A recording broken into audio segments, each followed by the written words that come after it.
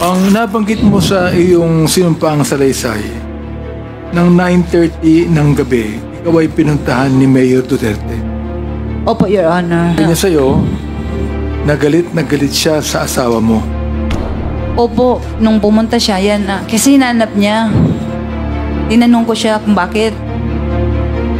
Sabi niya, basta galit na galit ako sa asawa mo. Hindi niya sinabi ang dahilan kung bakit. Hindi niya sinabi kasi nga, inulit ko nga siya, bakit po Mayor? Bakit may kasalanan po ba nagawa ang asawa ko? Bakit galit na galit? Kasi talagang galit siya, parang nanggigigil siya sa galit. Pero may pinakita ka sa akin kanina. Yung pwede bang ipakita natin ang picture ng Michael Yam? Palagay ko, makikita mo kung sino siya. I-flash natin po ang picture ng Michael Yam. Yan. Opo, Your Honor, siya po. Siya. Therefore, tinuturo po dito, Mr. Chair, na itong si Hong Ming ay si Michael Yang. Alam niyo po ba na si Michael Yang ay ginawang advisor ng Mayor Duterte nang siya ay naging Pangulo? So nagkasabi ka ng totoo at nag-isinungaling si Miss Jed. Is that what you're saying? Mr. Chair, ang investigador ko noon Is that what you're saying? Mr. Chair, can you please Will you repeat please the question? answer me directly? Answer me directly. Mr. Chair, can you please repeat the question, Mr. Chair? 1 minute suspension.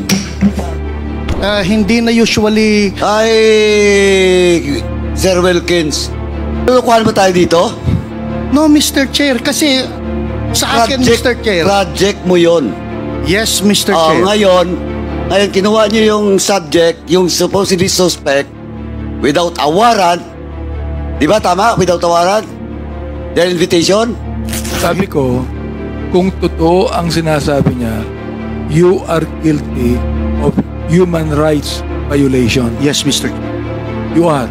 Correct. Kung totoo yung sinasabi niyo. Kung totoo, Yes, you Mr. are guilty of human rights violation. Nasabihin ko sa iyo, kung totoo ang sinasabi niya, hindi ka na makakatulog mamayang gabi. Chair, 20 years yan, Mr. Chair. Kitang-kita ko sa mga video. Hindi ko na kinakailangan pang explanation mo, Mr. Wilkins. Sobrang nakakagulat na balita. Grabe, former President Rodrigo Roa Duterte nagulat sa bagong tumestigo nagsalita. Naku po, dagdag kaso na naman, nanggigil si Duterte. Ayon sa nakalap nating impormasyon, base sa salaysay ng panibagong testigong nagsalita, umaming sa kanya pinasalo ang lahat ng sisi sa kanyang asawa. Alam daw ni General Wilkins ang lahat, siya ito humuli sa kanila sa raid. Hindi totoo, wala siya alam sa Davao. Humagulgol si Mrs. Sai habang binabalikan ang lahat, 20 taon na daw siyang nakakulong bago na lamang utos lahat ito ni Duterte at Michael Yang. Tara panoorin natin. Sinabi nyo, nung December 31, 2004, ay tinawagan po kayo ng asawa nyo. Si Alan C. Opo, Your Honor, kasi nga, nag-usap kami na magkita. Anong napag-usapan niyo? Tinawagan niya po ako kasi supposedly nga magkita kami sa SM dahil ipapasyal namin yung anak namin. Nagkataon po na tulog siya nung mga 3 p.m. Kaya sabi ko sa kanya, mamaya na lang kasi tulog yung bata. Kaya hinintay ko na magising yung anak namin. So siguro mga 5 p.m. Ilan po ang anak nyo? Isa lang po. Okay. Tapos nung 5 p.m. kaya lalaki siya, lalaki? Babae po. Ilang taon na siya? Actually, nung iniwan ko siya, 3 years old pa lang. So 20 years na po ako, 23 na po siya. Okay. Nasaan po siya ngayon, yung anak? Nandito po, sa Manila po. Sa Manila. Okay. Nagpunta pa kayo sa SM? Opo, pumunta po ako mga alas 5 na po ng hapon. Nagmadali ako kasi nga 5 p.m. na yon. Tapos nung pagdating ko sa SM, nalaman ko na mga 6:30 mag-close na pala. Almost 6, dumating ako doon. So, nung pagpark ko ng sasakyan, tinawagan ko agad siya kasi nga makikita kami doon. Ang nangyari, hindi na siya sumasagot. So, nagmadali ako ng tawag, nagpaulit-ulit ako ng nag-dial kasi kailangan ko nga siya na magmadali kami kasi wala kaming bigas at that time. Kailangan kong bumili ng bigas kasi yung katulong namin nakalimutan niya.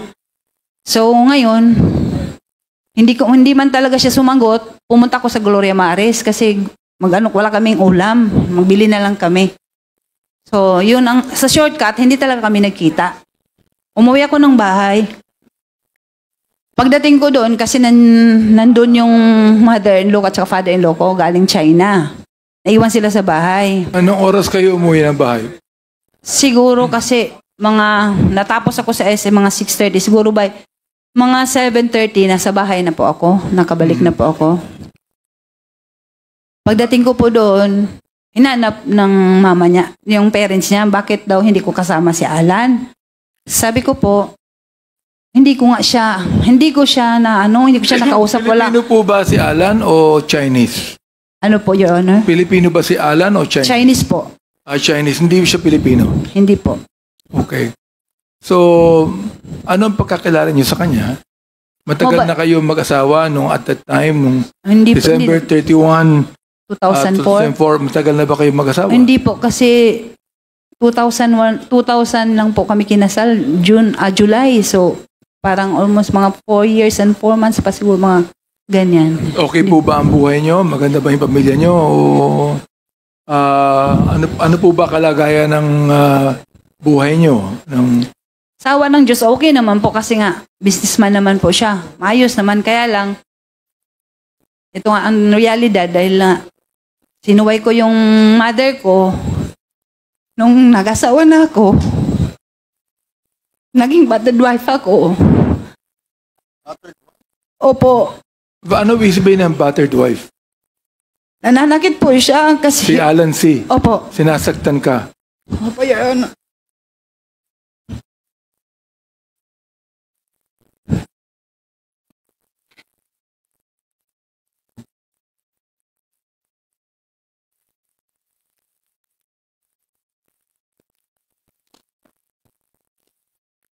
Siguro nga ito yung pinaka-biggest mistake na ginawa ko sa buong buhay ko.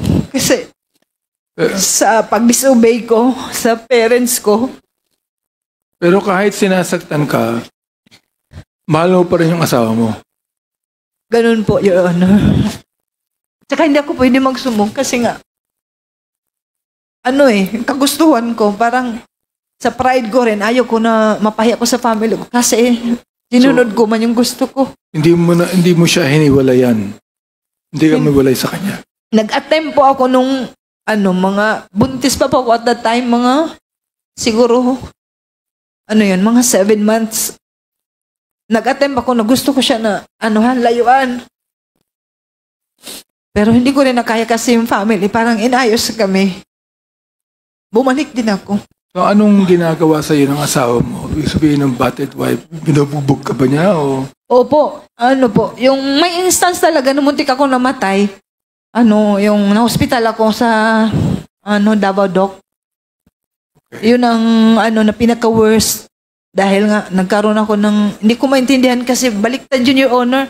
Yung itong floor nasa taas, yung sa taas hindi ako makakain tapos hindi ako makatayo. So parang natakot man siya. Pinadala niya ako sa ospital. Pinatingnan niya ako dun sa yung neurologist ba yun? Parang yun. Tapos yung ba'y ginagawa niya palagi o ilang beses niyang ginawa sa iyo mula nung kinasal? Actually, madalas po, Your Honor. Ang nakakaalam po yung one time talaga kasi yung mother-in-law ko, minsan nagbakasyon na yun sa amin. Nakawitness siya nung sinasaktan ako. Yung mama niya talaga ang may alam. Napapagalitan naman siya pero siguro walang yung mama niya kasi mamagawa yung matanda. Ang nabanggit mo sa iyong sinumpaang salaysay, ng 9:30 ng gabi, ikaw ay pinuntahan ni Mayor Duterte. Opo, Your Honor. Kilala mo ba siya? Kilala ko siya as mayor nung time, at that time po na nangyari po ito. Kilala ka ba niya? Hindi ko po alam kung kilala niya ako kasi never po kami na... It's your first time na makita mo siya? Opo. Okay. So, ibig sabihin, magkaibigan yung Mayor Duterte at that time at si Alan C. Hindi ko po alam kung friends sila kasi hindi ko naman po nakita never ko po na nakita si Mayor Duterte at saka yung asawa ko. Mhm. Hindi ko yan sila na, Ang sabi niya sa'yo, na galit siya sa asawa mo. opo, nung pumunta siya, yan na. Kasi hinanap niya. Tinanong ko siya kung bakit. Ang sabi niya, basta galit na galit ako sa asawa mo. Hindi niya sinabi ang dahilan kung bakit.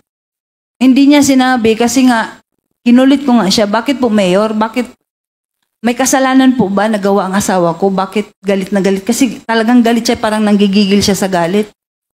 Tapos sabi niya, Ibig sabihin, kung pinuntahan ka ni Mayor Duterte at that time, kilalang kilala nung Mayor Duterte at that time, ang asawa mo. hindi ko, Palagay ko, hindi kanya pupuntahan kung hindi mahalaga si Alan C. kay Mayor Duterte. Tama? hindi ko po masabi, Your Honor, kasi hindi ko naman alam kung magkakilala sila. Ang alam ko, Mayor siya, pero never ko nga talaga na nakita yan sila na or wala kong instance na nakita na, Binanggit niya sa'yo na huwag kang lalabas ng bahay opo, at Your Honor. bibigyan ka ng security Opo, Your Honor. mula sa RMG, CIDG, pati Task Force Davao. Yun ang Opo. sabi. Nabigyan ka ba? Opo, Your Honor. Umalis si Mayor Duterte ilang minuto after na dumating siya. Ano yung again, Your Honor? Umalis siya sa bahay mo ilang minuto pagkatapos niyan dumating. Dumating siya ng 9:30, umalis siya ng anong oras? Madali naman lang po yung pag-uusap namin kasi nagtanong lang siya. Nag-usap kami dahil nga Friday kasi hindi ko yun makalimutan kasi Friday, magsasabat day na po ako pagka following day.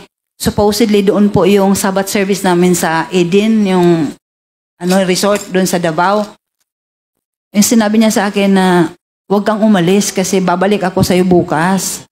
Huwag ka muna magpunta So, doon. nung umalis siya, Miss Jed, dumating yung mga security. Actually, nung pumunta po siya, Your Honor, marami sila eh. Marami siyang kasama. Marami sila. Kilala mo ba yung ibang kasama niya? Wala akong nakilala kahit isa doon, maliban wala. sa kanya. Wala siyang kasamang anak niya o sino man? Vice Mayor, Kunsel, wala po siyang kasama? Hindi ko, wala talagang nakilala doon. At saka madilim din yun. Yung time na yun kasi mga 9:30 na yun. Madilim yung hindi ko masyado na yung mga mukha ng mga kasama. Pero marami talaga Siya sila. ba yung nagbalik kinabukasan sa pangako niya? Hindi siya nagbalik. Hindi na siya bumalik. O after several hours, binanggit mo na ang isang kaibigan mo ay tumawag sa iyo Nagtawag o po. tumawag sa asawa mo. Anong ibig sabihin nun? Ito, hindi ko talaga ma-sure kung sa akin na cellphone o sa asawa ko. Kasi nga, yung cellphone ng asawa ko, pag hindi siya sumagot or naka-off, magda-divert po sa akin. Mhm. So, nung time na tumawag yung kaibigan niya, kalimutan ko na yung pangalan, matagal-tagal lang, 20 years na po. Kasi, nung tumawag siya sa akin, Nakausap mo siya? opo, nang pagsagot ko, so, siyempre, kilala niya, babae ang sumagot, so ako yon. Nung pagsagot ko, sabi niya, Mrs., buksan mo television kasi, yung dumoy ni Raid. Nandun ang asawa mo, nandun si Alan, may namatay doon, may mga namatay. Parang hindi ako makapaniwala. Sabi ko, kasi alam ko may nakarenta doon yung bahay ko. Sabi ko, hindi, may nakarenta doon. Sabi siya, hindi, buksan mo television. May bahay ka doon? Actually kasi, Your Honor, yung Dumoy na property is nakapangalan po sa akin. Nakapangalan sa'yo? Opo. Ang Dumoy property? Opo. Yung pinagganapan ng krimen? Opo. Yung nirentahan ni Alex Kim, nakapangalan yun sa akin. Meron nga kami yung contract of lease. Gaano kalayo yun sa Arlene apartment kung saan ka nakatira? Medyo malayo po, Your Honor, kasi Toril yun, yung apartment namin, nasa sa Agdao. So malayo-layo. Ibig sabihin, Turil yung Dumoy, yung Arlene nasa Agdao. Sa Agdao, Which is how many hours away? Mga 30 minutes o 1 hour? Hindi naman siguro maabot ng oras. Okay. Ang nabanggit mo, noong January 1, 2005, inimbitahan ka ng PDEA sa kanilang opisina. Nagpunta ka, di ba? Sa PDEA, opo. Okay, PDEA. Oo. Kilala mo ba yung PDEA ang nakipag-usap sa'yo? Hindi ko sila kilala nung una kasi wala akong kilala doon kahit isa sa kanila. Okay. Nakilala ko na lang sila nung may mga ano sila yung parang dito, mga sa pangalan. Kaya So nakikita. sino po ang PIDEA na nakilala mong kumausap sa'yo? Na Yung- in-interview ka? Una yung si Monte de Ramos po. Sino po? Sino po? Monte de Ramos, namatay na po yun, Your Honor. Ang alam ko. namatay na. Opo. Anong kinamatay niya? Base lang po sa sinabi sa akin kasi before po siya namatay, nagpunta pa yun ng jail. Ano parang heart attack yata. Hindi ko talaga sure pero Heart yun attack? lang. Opo, Oo. yun lang ang sinabi Hindi po sa siya namatay sa pakikipaglaban. Hindi ko talaga sure kung ano pero ang sabi na ano daw siya na heart attack. Sino pa ho ang nakausap mo niyo sa PIDEA? Yung si ano, nakilala ko na yun si Val Carillo. Val Carillo. Opo. Ang kanyang apelido ay Carillo.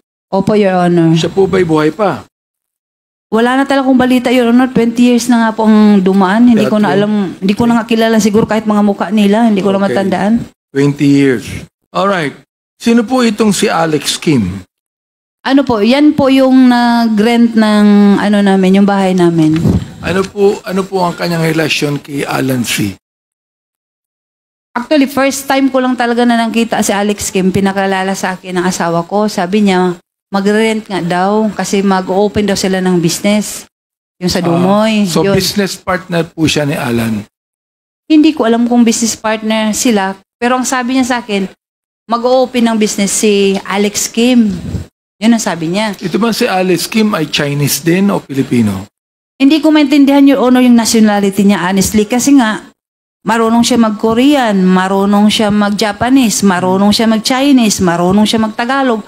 Kaya hindi ko alam kung Korean, Chinese ba siya o ano. Kasi nagtaka nga ako, kaya nalaman ko, kasi nagyabang siya. Salita siya ng Korean, sabi ko, ay parang matalino siya. Sabi ko, bakit ang dami niyang alam na mga languages? Marahil kaibigan din ito ng the then Mayor Duterte, si Alex Kim, correct? Hindi ko po alam, Mayor. Hindi ko po alam na si Mayor at saka siya magkaibigan kasi nakita ko lang po si Alex Kim nung pinakilala nga ni Alan, nung asawa ko na magre-rent siya ng bahay. Ito namang si Hong Ming na may-ari ng DCLA Plaza.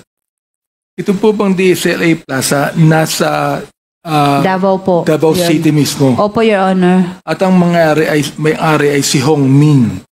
Opo, yun po ang pagkakilala ko sa kanya, Hong Ming. Kasi yun ang tawag ng asawa ko, Hong Ming. Eh. So ito Hong yung ito yung ano yung full name niya? Honestly, Your Honor, hindi ko kilala kung ano talagang pangalan niya. Kasi nga, pag yung asawa ko, sabi magpunta tayo kay Hong Ming kasi nga may display area kami doon sa mga mattresses, yung foam. Hindi kaya itong si Hong Ming ay si Michael Yang din sapagkat si Michael Yang nagsasabing siya ang may-ari ng DCLA Plaza? Honestly, ito, Your Honor, pinakita sa akin yung picture kasi may sa akin na yung friend ko, sabi niya, hala, Jed, yung asawa mo na ungkat na naman yung kaso nyo kasi si Michael Yang. Kilala mo si Michael Yang? Sabi ko, hindi ko kilala yan si Michael Yang. Sabi niya, yung may-ari ng DCLA. Sabi ko, ang pagkakilala ko sa may-ari ng DCLA, si Hong Ming, hindi ko kilala yung Michael Yang. Therefore, dahilan dun sa usapang yan, nakita mo ngayon na ang may-ari ng DCLA na Hong Ming ay si Michael Yang din. Nung nakita ko yung picture, opo, siya po yun. Meron ba kayong dalang picture ngayon ni Hong Ming o ni Wala. Michael Yang? Wala po akong picture sa kanya. Pero may pinakita ka sa akin kanina. Yung Pwede bang ipakita natin ang picture ng Michael Yang? Palagay ko, makikita mo kung sino siya. I-flash natin po ang picture ng Michael Yang.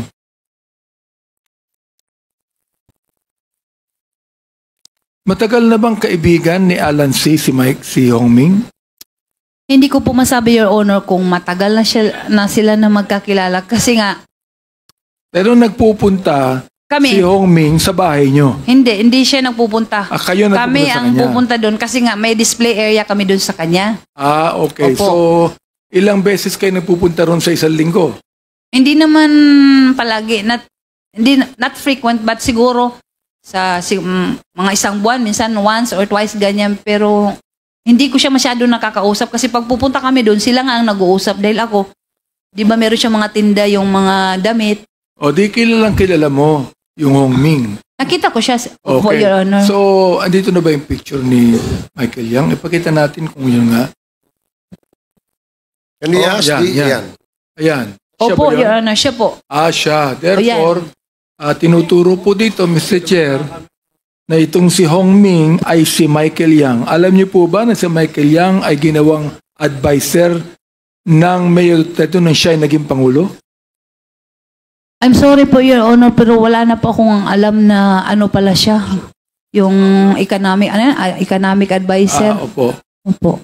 Pero nabanggit niyo, economic advisor. Opo, ganito. Wala po akong alam, pero sa balita na lang nung nagkaroon na nga ng gulo na ano pala siya.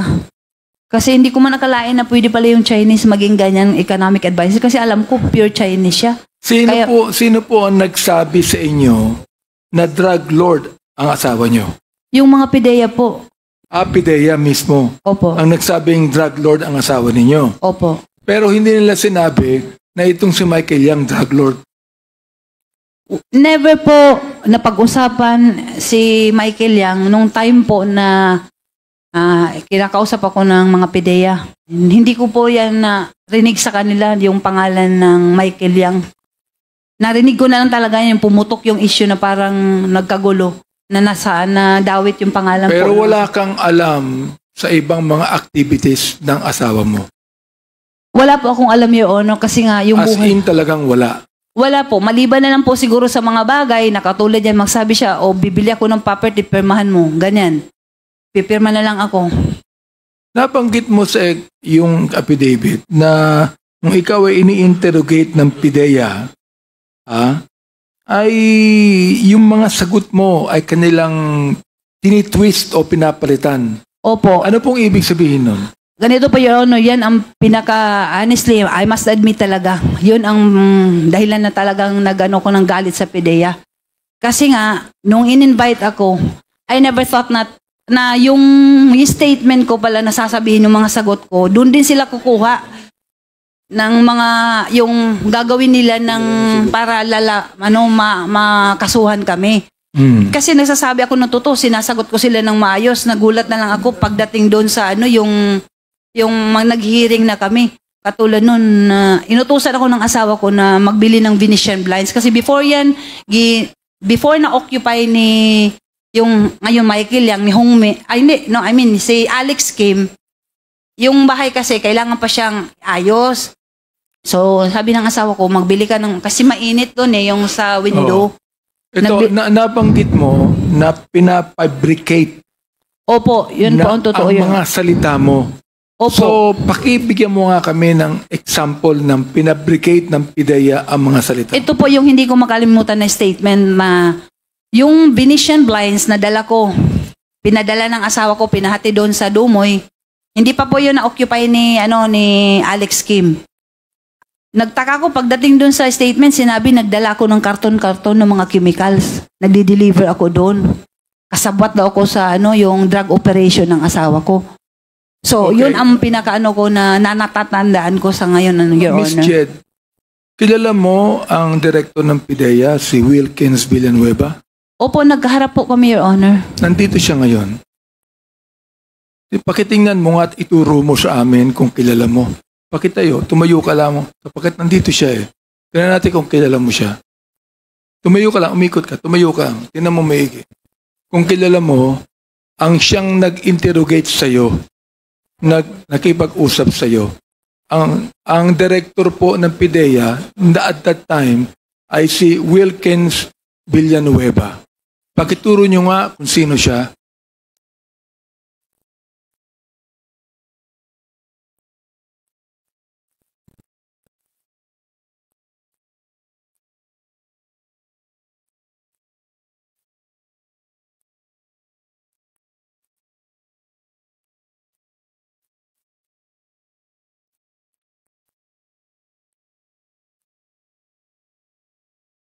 Kilala nyo na po siya?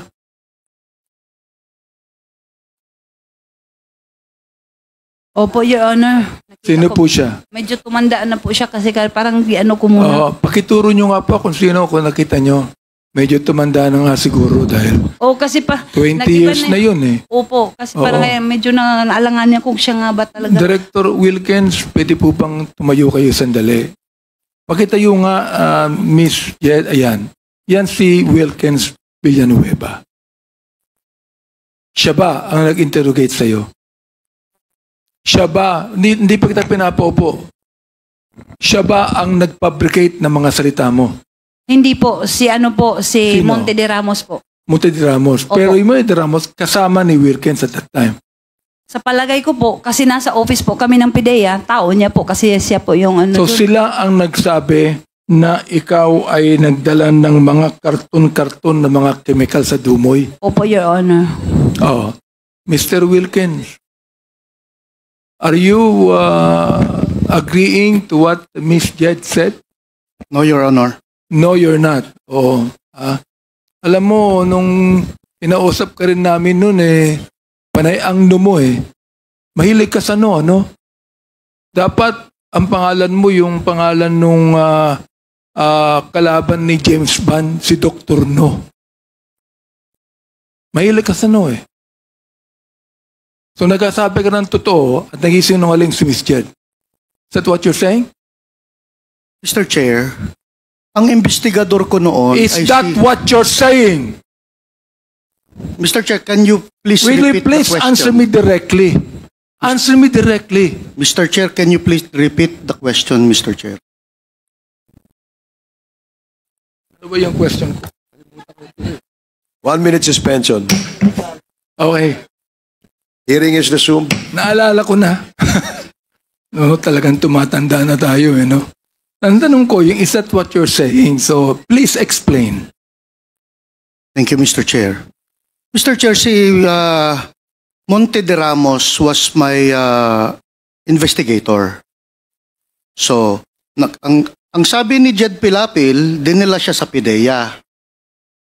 Tinanong si Jed Pilapil kung kasama ako doon na nagtatanong. Hindi siya sigurado, Mr. Chair, pero she presume na naandun ako dahil nasa opisina ako. While in fact, wala naman siyang knowledge na naandun ako actual doon sa nag-i-investigate si Monte de Ramos, Mr. Chair. Tama ba yon, Miss Jed?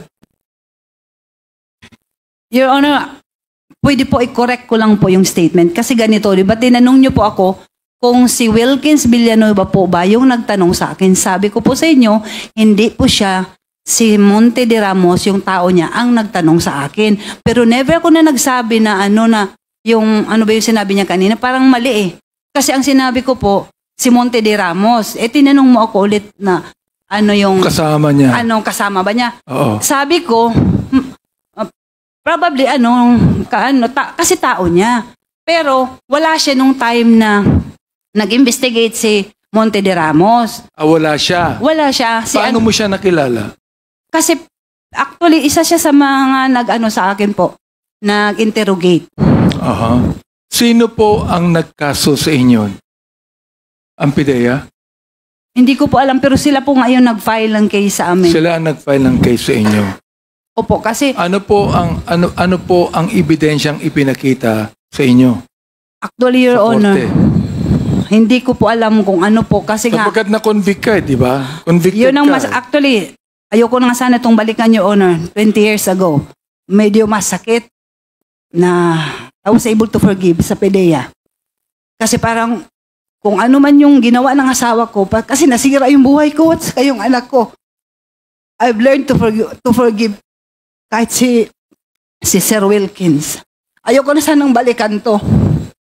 Sa totoo lang kasi, masakit yung ginawa nila.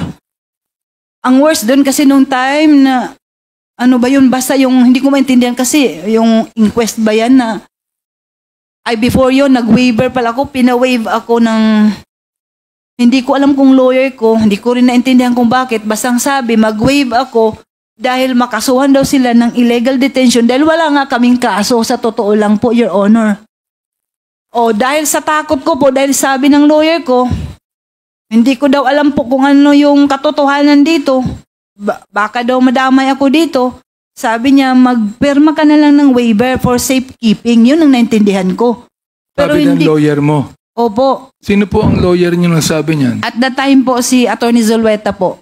Ano po siya? Saan siya nag-law lawyer? Parang dito Private lawyer po siya? Opo, Your Honor. Okay. Tapos So noon, bakit niya nasabi na pumirma na lang kayo ng waiver? siguro Your Honor, dahil din wala talaga akong alam sa mga ganito. Dahil first time, sa life ko, sa family ko, wala akong mga kaalam-alam na mga ganyan. Siguro lang, takot din ako at that time kasi nga, sabi niya, wala daw akong alam sa mga katotohanan for safety. Actually, napilitan ako, pumirma ako ng waiver para hindi sila makasuhan ng PDEA ng illegal detention. So, Mr. Director Wilken, can you please explain that to us? Inyong kinasuhan si Miss Jed, na-convict po siya at nakakulong ng 20 years. Narinig po ninyo, ang buhay niya ay nasira at wala siyang involvement sa operasyon ng kanyang asawa at pinabricate ng PDEA ang kanyang mga sinasabi. Ano po masasabi niyo doon? Mr. Chair, 3 months yung surveillance and casing operations ng PDEA. Si Jed Pilapilsi, siya yung namimili ng mga equipment, freezer, water circulating vacuum pump. Siya yung nagdadala dun sa Dumoy Clandestine Laboratory, Mr. Chair. And then, during the time na doon sa korte, dininay ni Jed Pilapil, nakilala niya si Alex Kim. Mantalang merong mga footages kami na nag-uusap sila ni Alex Kim on a dinner. Mr. Chair, the case has already, she was convicted in court and she was upheld by the Supreme Court. Itong kaso niya, Mr. Chair. So, for 3 months, imposible hindi alam ni Jed at ni Jong Pilapil na involved siya dun sa pag-set up ng laboratory sa Dumoy. That's impossible, Mr. Chair. Ano po masasabi niyo ron, Miss Jed? Sabi ko nga po, Your Honor, napatawad ko na po sila. Mahirap na po makipagtalo kay, sorry po, Mr. Villanueva, pero pinaglaban nga namin, kung pwede nga lang siguro, sa Honorable Court na to, ito sa Quadcom, pwede nyo naman po mabasa yung lahat ng kasi yung sinasabi ni Sir Villanueva, na dininay ko si Alex Kim, never po na nag-deny ako sa kanya dahil nga siya yung lessee ng property ko. At nakarecord yan sa court na kami ay may contract of lease. Paano ko sabihin na hindi ko siya kilala? Nagpirmahan kami. Matagal na kasi yung kaya palagay ko, wala na yung mga records. Ano po? Palagay ko po, Your Honor, hindi ko na po alam. Hindi na kayo makakuha ng record para malaman po natin kung talagang sinabi niyong hindi niyo kilala si Alex Kim. Pwede po, Your Honor. Di ba archive siguro yan? Pero ewan ko lang kasi 20 years ago, parang kahit nga ako yung ibang events, hindi ko na alam po. Mr. Chair, ano bang magagawa natin dito? Yes. Kung halimbawa, kung makita natin na talagang totoo ang sinasabi ni Mr. Wilkins o totoo yung sinasabi ni Ms. Jed. Chairman Caraps, Chairman, before, with the indulgence of Congressman Benny. Anyway, Sir Wilkins, doon sa narration ni Jed, tama po ba na of course, again, you will not remember the exact date, but dito, tandaan ni Jane, noong January 4, 2005, inimbitahan niyo daw si Jane, si Jed, at saka sa opisina niyo. Hindi ko ma-remember yung date. Yung date. Pero, basta, but you confirm.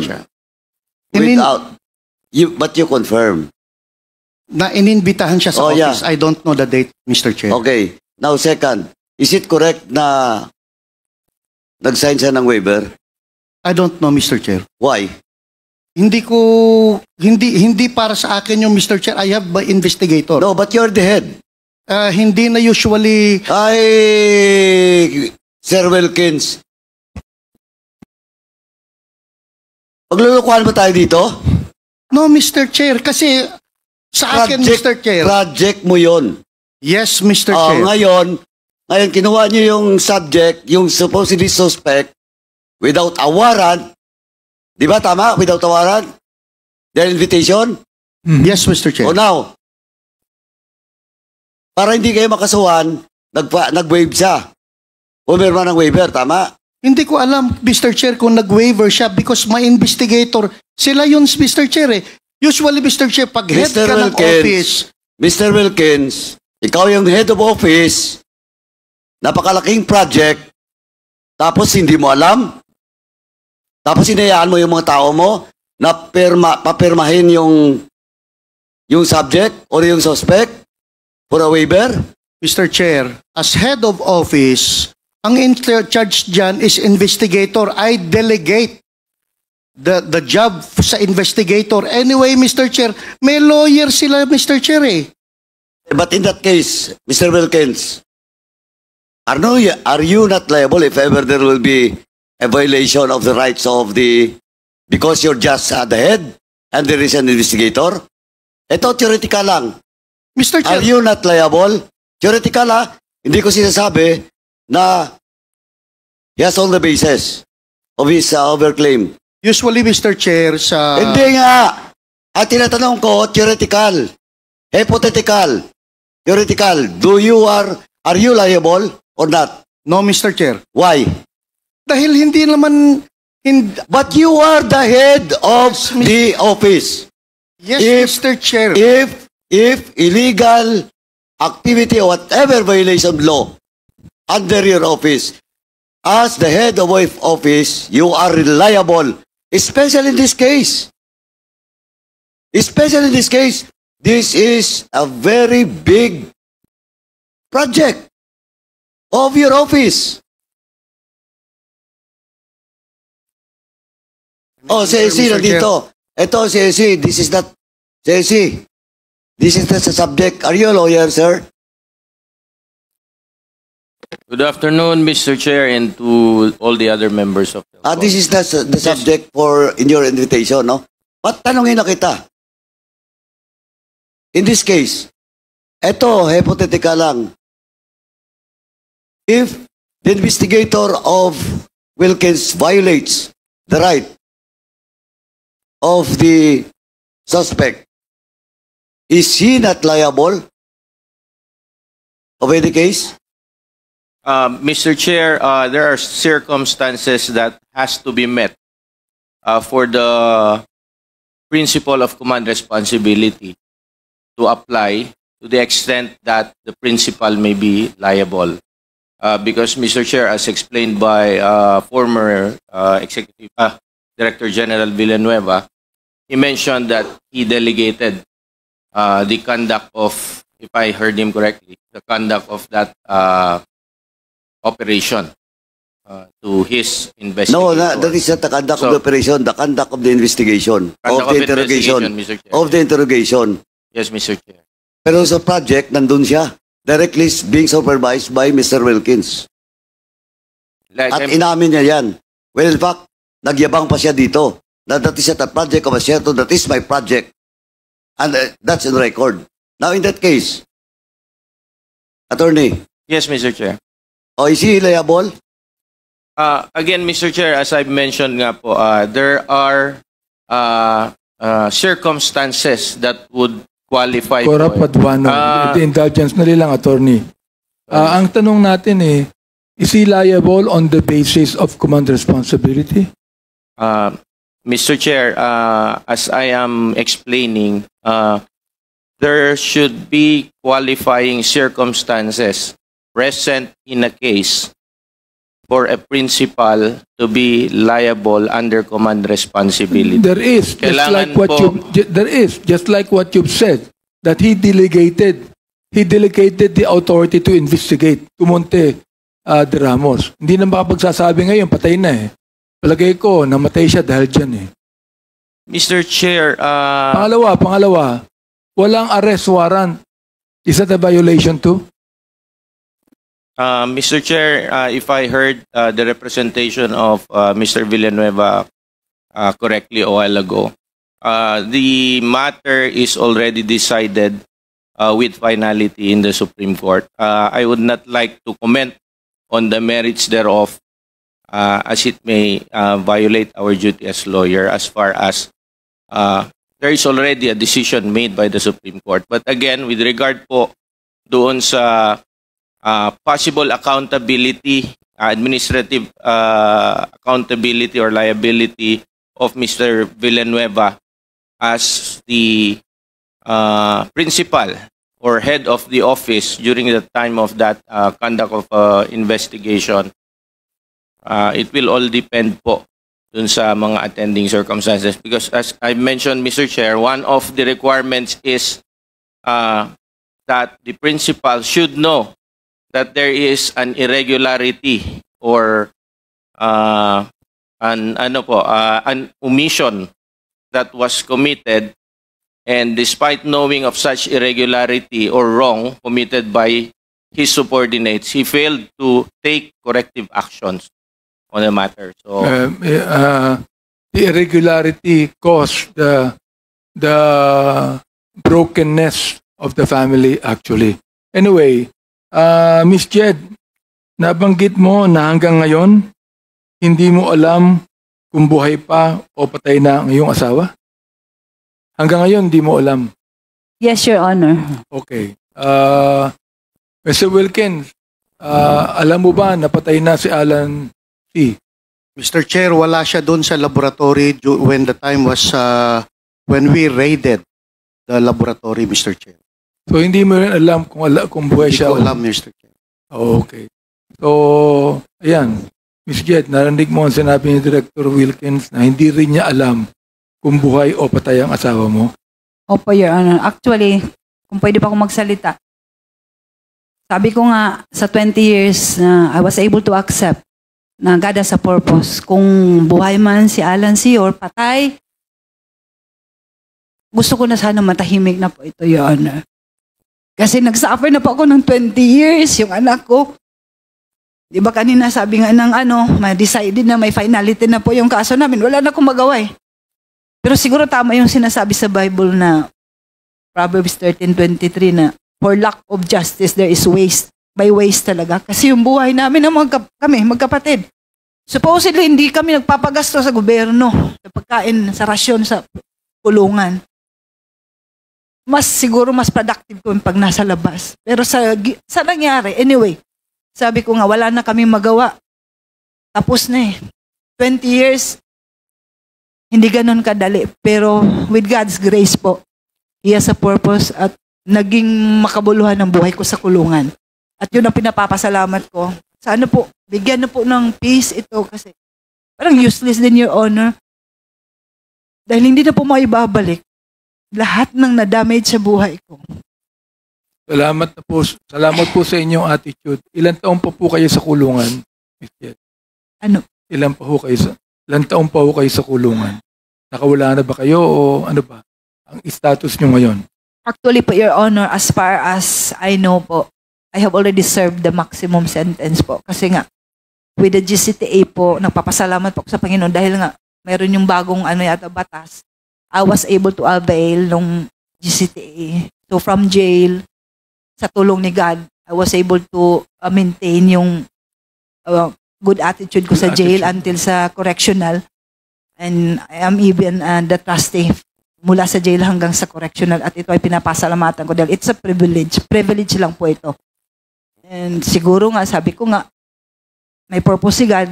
At sa ngayon, ito sana, I would like to take this opportunity to speak if I may be allowed by this honorable committee na sana po mabigyan na po ng pansin yung hinihiling ko na kalayahan, pati yung kapatid ko. Kasi 3 years old pa po yung anak ko, mag-23 na. Ang hirap i-explain sa kanya kung bakit hanggang ngayon nandito pa rin kami ng kapatid ko. Ang iyong kapatid na convict din. Opo, Your Honor. Nasa Dapicol po siya. Kumusta na po siya ngayon? Sa awa ng Diyos nga, Your Honor, both of us, Wala rin din po siyang kasalanan. Pareho po kami, Your Honor. I will speak for my brother kasi kilala ko siya. Kumusta yung anak ninyo ngayon? Sa ngayon po, masasabi ko siguro sa tulong ni God, I tried to explain to her na God has a purpose. She must be strong. Sabi ko sa kanya. Medyo nasaktan lang siya talaga. Dahil nga ito sa nangyari ngayon, bakit naungkat na naman ito? Dahil tapos na nga. Tumahimik na nga yung buhay ko sa 20 years sa kulungan. Bakit ito? Pero siguro, baka ito yung opportunity na sana mapansin na makauwi na rin kami ng kapatid ko. At para na rin kung okay lang po na. Marami po sa mga kasamahan ko sa kulungan na baka kasi itong body na to, I am praying for this body, hindi lang sa yung lawmakers ng Philippines na i-enlighten po kayo kasi ang daming, siguro, yung 20 years ko sa kulungan na nakita ko na baka mabigyan nyo rin ng pansin, lalo na po yung matatanda na namamatay na lang doon, sobra na ng 20 years, hindi pa nakakalaya. Yun lang po sana maano ko na sana hindi lang po ako mabigyan ng pansin po yung mga nakakulong. Mr. Wilkins, alam ko po na mahirap din ang inyong kalagayan. Ano po? Pero alam nyo, tulad ng testimony po ni Miss Jed, kung totoo po yung sinasabi niya, you are guilty of human rights violation. Kung totoo yung sinasabi niya, Mr. Wilkins, tama ho ba ako? I don't think so, Mr. Chair. Sabi ko, kung totoo ang sinasabi niya, you are guilty of human rights violation. Yes, Mr. Chair. You are. Correct? Yes, Mr. Chair. Kung totoo yung sinasabi ni Kung totoo, yes, you Mr. are guilty Yes, of Mr. human Chair. rights violation.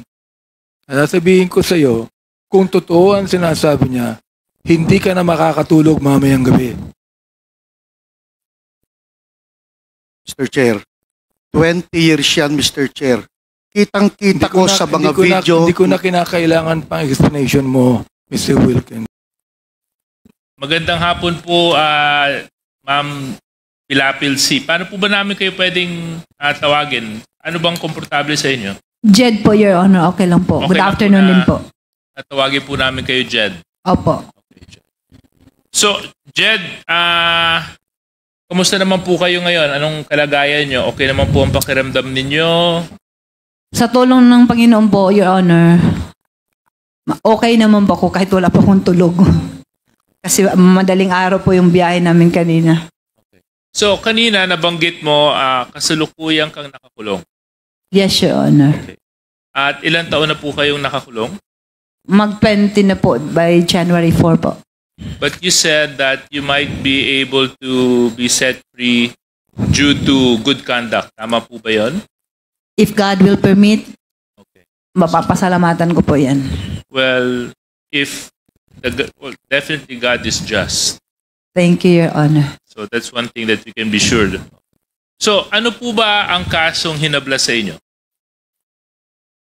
Section violation of RA 9165, Section 8 and 10 po. Okay. Can you just better educate the public? Ano po ba ang in layman's term itong nabanggit niyo pong kaso? Honestly po, hindi po ako lawyer, no? Pero I'm learning a lot in prison. Dahil po sa pagkakulong ko, minsan nalalaman ko na tuloy kung ano pala yung mga ganito, ganyan. Lalo na po sa Republic Act 9165 nga. Dahil being a trustee, I'm learning also dahil nga minsan nakakatulong yung inuutosan ako ganyan. So, as far as I know po, yung Section 8 is, ito po yung manufacturing po ng yung shabu.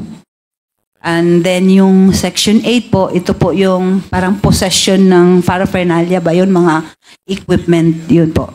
So ang sinasabi mo sa akin, sa kulungan mo lang nalaman. Opo, ito po yung isa sa mga parang good na na-learn ko sa Revelation. kulungan. So, opo. So ang ibig mong sabihin, naikulong ka sa isang kaso na hindi mo alam? Exactly po, Your Honor. At sino po ang nag-file ng kaso laban sa iyo? Hindi ko po alam kung PDEA ba o ano kasi yung nalalaman ko po Republic of the Philippines versus JEDC pero kaya hindi ko alam kung sino talaga ang nag-file sa amin. Director Villanueva, can you confirm, was it PDEA that filed the case against Mrs. Jed Pilapil C. It was joint PIDEA and AIDSOT, Your Honor. Ang nag-file ng case against So PDEA and AIDSOT, yung PNP, okay. under Colonel Asierto, Mr. Chair. Okay, thank you very much, Director Villanueva. So anyway, Ma'am Jed, ang asawa niyo po ay si Alan C. Opo, Your Honor. At nabanggit niyo po kanina, bago po ng 2004, 4 na taon pa lang po kayo nagkakasama. Nakasama po. Okay. Doon po sa 4 na taon na pagkasasama ninyo ni Alan C., alam niyo po ba yung trabaho ng inyong asawa? Sa pagkakaalam ko po, yun na nga, may business nga kami. Ano pong negosyo ang... Yung pinakauna po, yung manufacturing po ng mga junk foods. Tapos, medyo hindi nagkaintindihan yung partners. So, yun, nag-ship ng yung foam manufacturing ng foam, yung mga mattresses and yung metal furnitures. Yun po. So, I would imagine kung nasa ganito po kayong uri ng negosyo, meron po kayong factory. Meron po kayong pagawaan. Kasi kung metal furniture making, di dapat meron po kayong pabrika ng mga para dito. Kung meron po kayong foam manufacturing, di dapat meron din po kayong pabrika para dito. Tama po ba yun? Yes, Your Honor. Okay. At ito pong mapabrikang ito ay sino po ang may-ari? Hindi ko na po matandaan, Your Honor, dahil 20 years na po. Hindi ko na maalala, pero alam ko, isa ang asawa ko doon sa may-ari po. Isa ang asawa mo sa mga may-ari? Opo. Okay. At doon sa mga nakakasama ng mga asawa mo sa kanilang mga negosyo, marami po sa kanila ay Pilipino, Chinese, ano pong mga nationalities po nila? Kasi yung sa una, Filipino-Chinese. Tapos yung sa pangalawa yung sa foam, hindi ko sure yung isa kung Chinese ba siya na pure. Kasi magaling din siya magtagalog yung accent niya. Parang Pinoy na din baka. Hindi ako sure. Pero yung isa parang Chinese talaga yun. So but you would confirm, base dito sa affidavit mo, na ang foam business ninyo ay may display area sa DCLA Plaza. Tama? Opo, Your Honor. Okay. Tapos, at nabanggit nyo rin po dito sa inyong affidavit na ang kilala nyong may-ari ng DCLA Plaza ay si Hong Ming. Tama? Opo, Your Honor. At kanina po, you positively identified Hong Ming to be the person in the photo which we also know is Michael Yang. Tama? Opo, Your Honor. Mr. Chair, the reason why I want to emphasize this point is if you remember, when we presented the matrix on Pogo, the DCLA Plaza was also mentioned as the same shopping mall to be owned by Michael Yang. The same DCLA Plaza which was used to be a front for drugs and other illicit activities located in the city of Davao. So anyway, ma'am, nabanggit nyo na ito nga si Hong Ming. And may I also emphasize, Mr. Chair, na itong pong si Michael Yang goes by the name of Hong Ming as well because this serves as his Chinese name. So anyway, Ma'am Jed Pilapil, kabisado niyo po ba ang Dumoy sa Davao City? Honestly po, hindi ako masyado kahit nakatira po ako ng Davao City. Hindi ako masyado familiar. Nalaman ko lang po yung Dumoy, yun nga, nung binili ng asawa ko, tapos pinalinis yung area kasi may mga expired juices. Yung siguro yung may-ari before, nakalimutan ko na nga yung pangalan niya. Yun lang ang mga instances po na nakapunta po ako ng Dumoy. So ano po, kasi syempre marami po sa atin at doon sa mga nanonood, gustong mailarawan sa kanilang isip kung ano ba itong Dumoy. Ano po ba itong Dumoy? Is this a factory? Is this as a place in Davao? Can you further explain kung ano po itong Dumoy na ito? What I know po, Your Honor, it's a place, parang part ng Davao City. Dumoy Torel. Para siguro, hindi ko sure kung barangay ba itong Dumoy o ano. Kasi Dumoy Torel, sa Torel kasi yan, located in Torel, Davao City po. Okay. So, base po sa mga statements ni Colonel Asierto at ng PIDEA, nabanggit po nila na may naganap na raid sa Arlene Apartment sa Davao noong 2004. Kasama po ba kayo doon sa mga na-raid? Hindi ko po, i-clear ko lang po, Your Honor, kasi kung raid, wala kasing raid na nangyari sa Arlene Apartment kasi ano lang yun, yung parang in-invite lang po kami. Kasama yung mga kapitbahay namin doon. Kasi 127 yan na door. Kami Okay. sa door 1. So in-invite yung mga kapitbahay na yun sa parang sa investigation. Wala pong raid na nangyayari po sa Arlene Apartment po, Your Honor. So walang raid na nangyari. Wala po, Your Honor. Kaso lang, kayo po at mga inyong mga kapitbahay ay nandoon sa Arlene Apartment. Opo, yun ang dinala sa... Yung iba kasi sa immigration kasi may katulad yung parents ni Alan C. Nandun sila sa immigration dinala. Kami sa PIDEA. Okay. Director Wilkins, are you familiar with this Arlene Apartment incident? Yes, Mr. Chair. So can you expound to us what are the details to this? Right after, kasi nung, again, balikan natin during the surveillance and casing operation, yung dalawang... Yung Arlene Apartment lang. Just Yes, focus Mr. on that. Chair.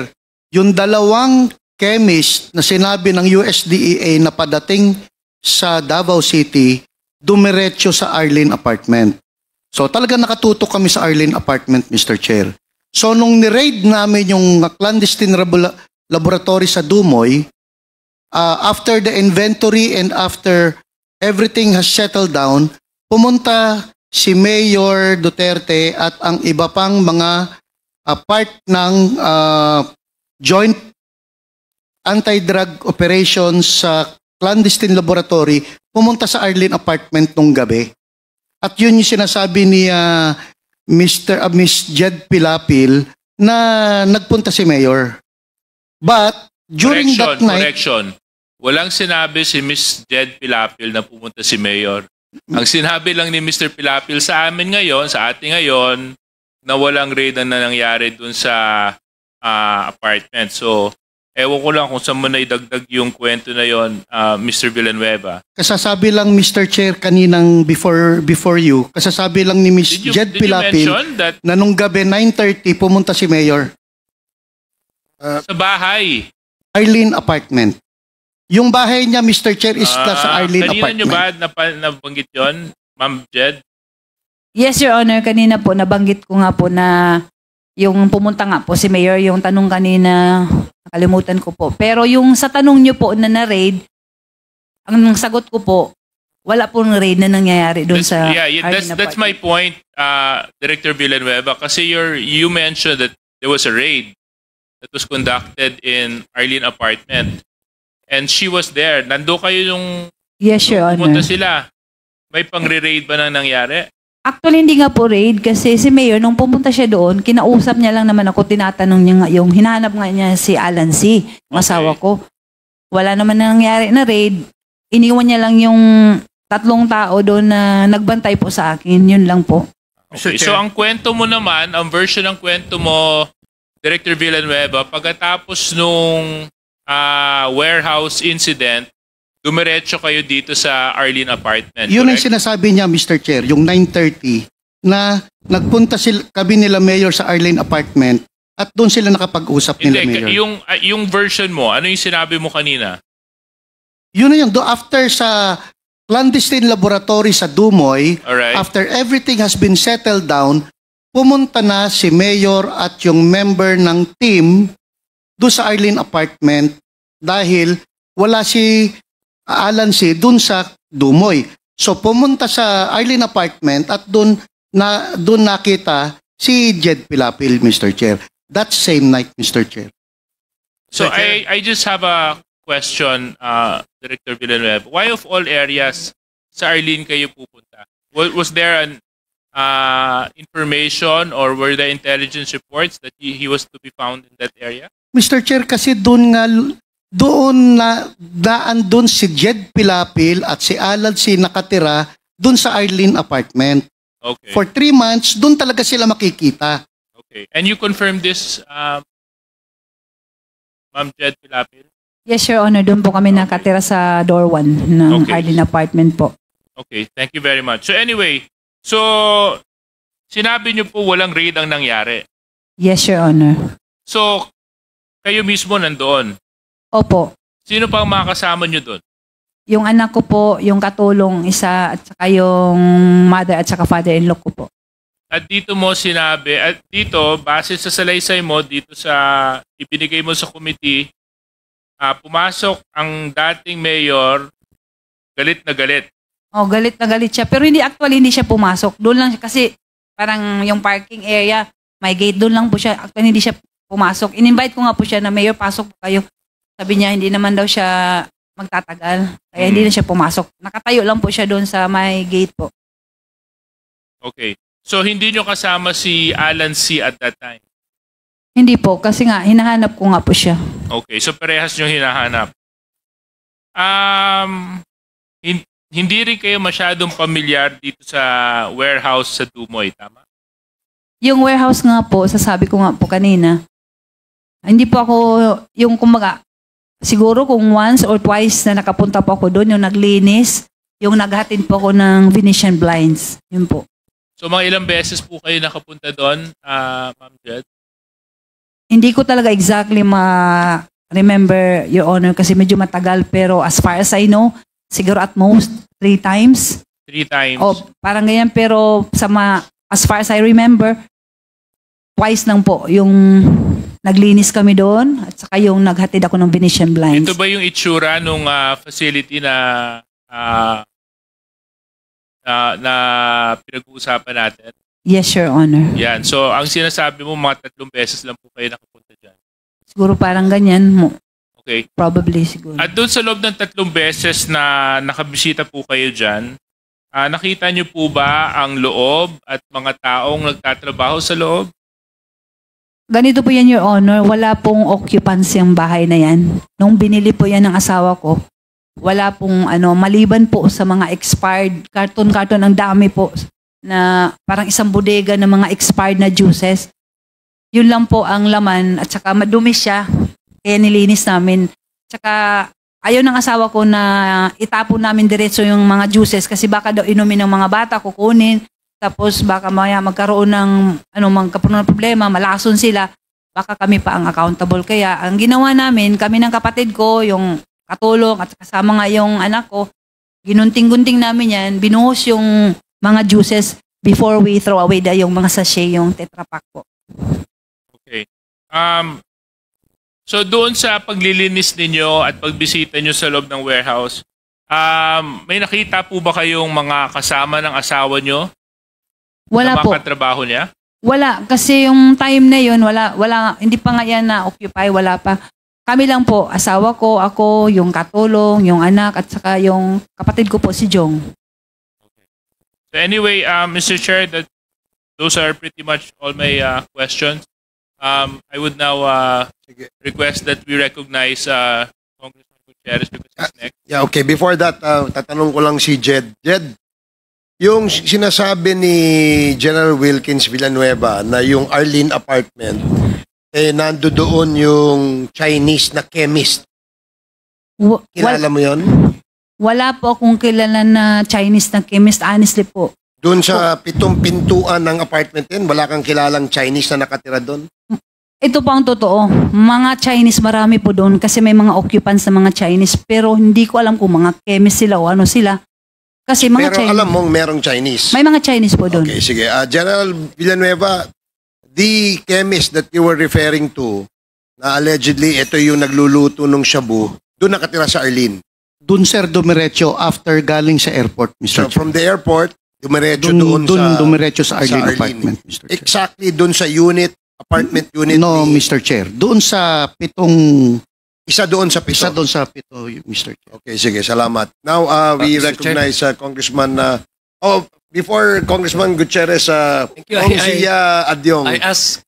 By the way, let me remind everybody, we have Mr. Britannico, we have other resource persons here as well, and we can ask questions later. Please proceed. Yeah, before I lose my chance of asking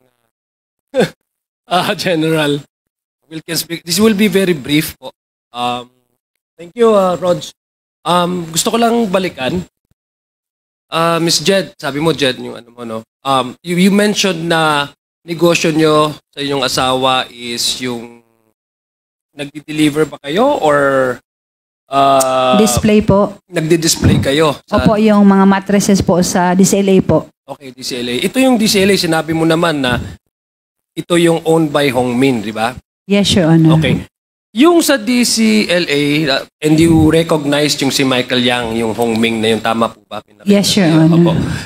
Known ba ito? It's a common knowledge in Davao na itong DCLA na store is owned by a Chinese by the name of Hongmin. Hindi ko po alam kung alam lahat. Oo. Kasi as far as I know, alam ko na siyang may-ari. Kasi nga, sinabi ng asawa ko na siya yung may-ari ng DCLA. Okay. Yeah, kasi Mr. Chair, may mga kakilala din ako taga Davao, talagang common knowledge po sa Davao na ang may-ari talaga ng DCLA is a Chinese. No? Na-mention mo, may partner yung asawa mo sa pagdi-display ng mga ano? Yung sa foam Sa po. foam, yes. Opo, Your Honor. Okay. Hindi ba, natatandaan mo yung pangalan niya? Yung apelido lang po, yung isa, Tan. Hindi ba yan si Mr. Jimmy Tan? Ay, opo, Your Honor. Parang siya, Jimmy ba yun? Yung Jimmy sa Tan. dating owner po ng Duratex po. Oh, yan on. Siya Opo. yun. Siya yung partner nyo. Siya po, isa sa mga partners po. Okay, sige. So, gusto ko lang kung tanungin si General Wilkins Villanueva. Yes. The last hearing, I asked you about how did you able to locate and gather evidences against Alan C. and et al. Hindi ba? Kasi tama po ba, di ba? I Yes, asked you Mr. about Chair. that. And you mentioned about for the past 3 months, you have dedicated personnel, operatives na bantayan at isurveillance si Alan C. Yes, right? Mr. Chair. And earlier, you mentioned also about Miss Jed Pilapil buying some, I don't know, maybe part ng paraphernalia. Tama po ba na dinadala niya sa Dumoy? Cartons, Mr. Chair. Mga cartons. Yes. Okay, so suspected of something contraband na po pwedeng gamitin. Tama po ba? Yes, Mr. Chair. Okay, so ibig sabihin, you've been doing surveillance on Miss Jed Pilapil and Mr. Alan C. Marami, Mr. Chair. Pati yung Alex Kim, Okay. naka-ano na rin yun, Mr. Chair. So I presume that since you were doing surveillance, you know Miss Jed Pilapil and Miss Alan C goes to DCLA store. May mga footages na nagpupunta sila yes doon po. So can you confirm sa na DCLA. Alam niyo po yung DCLA? Yes, Mr. Chair. Ilang taon na po kayong operative ng PIDEA in Davao City? Since nar-group ako doon, Mr. Chair, 2001, hanggang 2007 ako sa Davao City, Mr. Chair. And have you ever encountered, for example, or learned that the owner of DCLA is a Chinese? Hindi ko, we are not particular, kasi ang laki ng DCLA, Mr. Chair, eh. Iba't ibang talagang ang laki nun. Ang concern namin yon during that time is yung display area, yung Polytex na foam, na kung saan naandun sila. Yeah, but yung meeting ni Hongming and Alan C, wala kaming footage nun or Yeah, but- walang report on that, Mr. Chair. yeah, because apparently, Mr. Chair, what nagiging curious lang ako because the way I understood your explanation in the previous hearing is that you've dedicated time, invested your so much resources just to pin down Alan C. And I just got curious why pag tinanong kita, sino nagsisurveillance ka, how come you did not even at least bother to know why the C couple have been going to this DSLA store and what are the business there? At saka you never bothered to asking people who owns this DCLA, which apparently I see Hongmen na siya pala yung Michael Tan. Kasi 'di ba General Wilkins, no? We've been asking you kung bakit there was never any instance where in your report si Michael Tan ay nasali doon sa Matrix nung ano. Sabi nyo, si Asierto lang, narinig nyo lang si Asierto. It was never in the part of your investigation. So ngayon that Ms. Jed is saying na hindi, kilala na nila si Hongmin, that's Michael Tan, nagiging na ano lang ako, medyo na intrigue lang ako. Bakit doon nagkaroon ng some gap doon sa missing nung inyong surveillance to a point na hindi nyo man lang tiningnan kung ano yung interest ng si couple na pupunta sila doon sa DCLA, which happens to be a common knowledge is owned by a Chinese, na hindi mo lang kayo magtanong na 3 months kayo nag-invest ng time, resources, and operatives. Bakit po ganun? Mr. Chair, kasi initially talaga walang Michael Yang sa personalities. Kung if you will remember back yung statement ni Asierto, nag-start yung Michael Yang noong 2016. Kasi kung may Michael Yang, again, kung may Michael Yang doon sa 2004, isinama namin siya sa pag-file ng kaso, Mr. Chair. So during that time, wala talagang Michael Yang na lumalabas or Hongmin na lumalabas. Pero kilala nyo po, na alam nyo po na ang may-ari nung store na yon ay isang Chinese by the Chinese, name of Mr. Chair. Common knowledge yun, Mr. Chair, sa Davao. At alam nyo po na Hongmin din yung pangalan.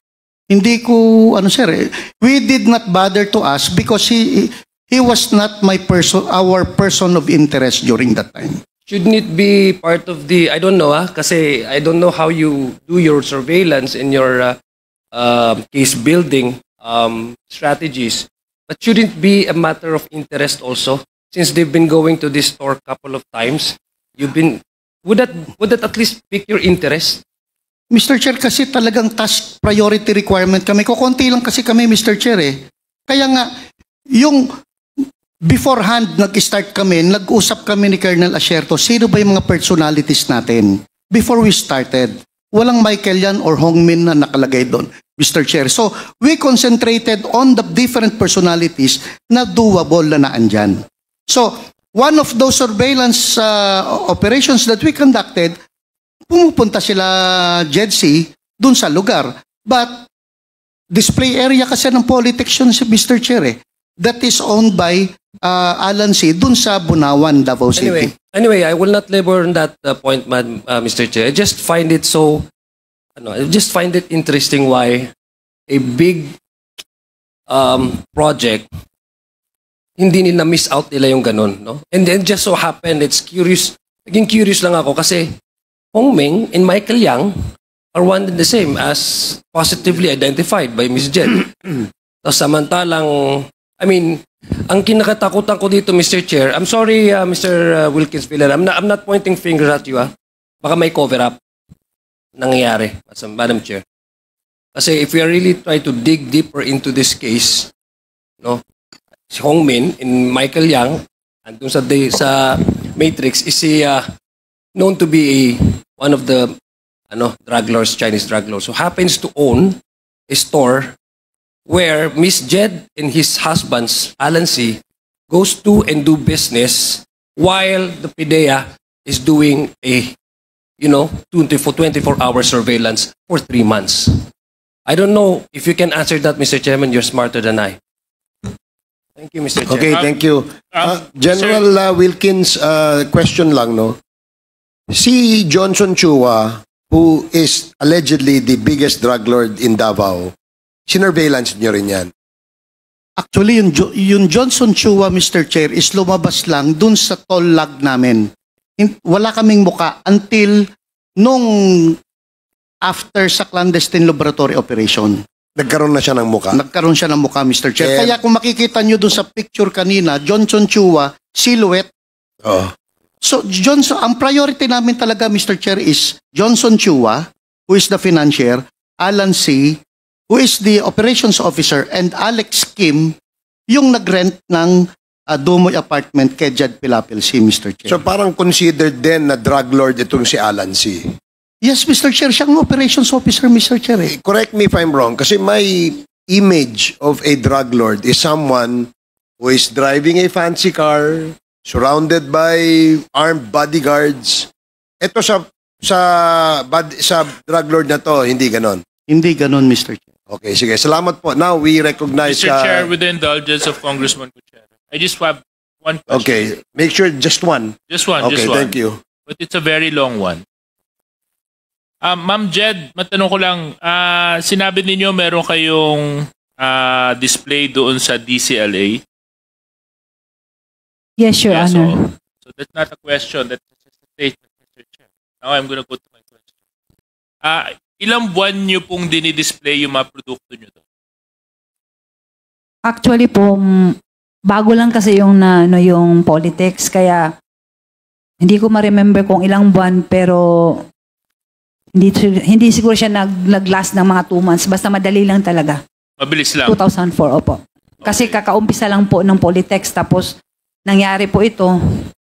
So wala, ano lang yun, siguro mga October, November, mga ganun po. At doon sa another question, Mr. Chair. Ilang beses mo nakitang kasama at nag-uusap yung mister mo at saka si Michael Yang? Pag pupunta po kasi kami, di ba magkasabay po kami. Pag pupunta doon, sila lang po nag-uusap kasi hindi po talaga ako makaintindi lahat-lahat. Ano lang, konti lang po na Chinese ang naiintindihan ko. When Kaya, you say doon sa DCLA o doon sa bahay, saan ba sila hindi, sa DCLA po. Pupunta kasi kami doon, di ba, pag halimbawa mag-check kami yung inventory ng yung mga mattress. So, hindi ko naman talaga maano kasi kung mag-usap man sila, hindi ganun siguro katagal kasi pag uuwi kami siya, nagda-drive ng sasakyan, so sabay kami. Thank you very much, Mr. Chair. I just wanted to put down that in my notes. Thank you. Thank you. Ngayon, ikaw, bilang Pilipino, ano ang masasabi mo at reaksyon sa balitang ito? Mag-iwan ka ng komento sa ibaba at atin pong babasahin isa-isa.